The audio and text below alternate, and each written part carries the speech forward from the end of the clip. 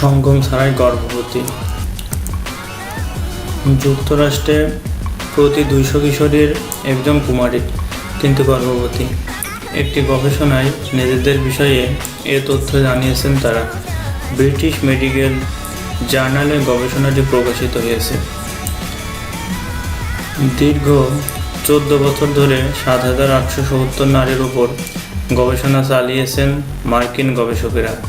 1995 সালে গবেষণার শুরু, যখন এসব নারীদের বয়স ছিল 12 থেকে 18 বছর।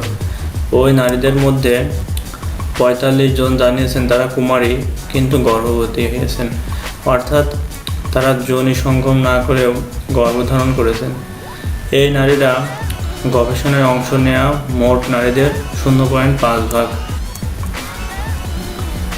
তাদের সবাই জানিয়েছে ইনভিট্রো ফার্টিলাইজেশন বা IVF পদ্ধতিতে তারা কেউ গর্ভবতী হননি। ব্রিটিশ মেডিকেল জার্নাল BMJ মঙ্গলবার তাদের ক্রিসমাস প্রকাশনায় এই প্রতিবেদনটি প্রকাশ করেছে, যেখানে গবেষকরা লিখেছেন এই 45 জনের মধ্যে নানাভাবে গর্ভপাত ঘটানো হয়েছে বা ঘটেছে।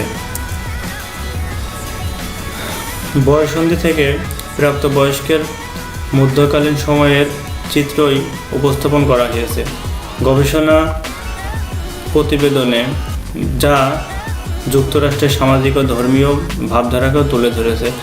এই গবেষণায় কিশোরী ও তরুণীরা তাদের যৌন সঙ্গম, গর্ভবতী হওয়া এবং জন্ম নিয়ন্ত্রণ বিষয়ে নানা তথ্য দিয়েছেন। এই 14 বছর ধরে তারা বিভিন্ন প্রশ্নের উত্তর দিয়েছেন অনলাইনে। তাদের বয়স এবং ধর্মের প্রতি অনুরাগও রেকর্ড করা হয়েছিল। প্রত্যেকের বাবা মাকে জিজ্ঞেস করা হয়েছিল যৌন সম্পর্ক এবং জন্ম নিয়ন্ত্রণ বিষয়ে তারা মেয়েদের সাথে কতটা আলোচনা করেছে।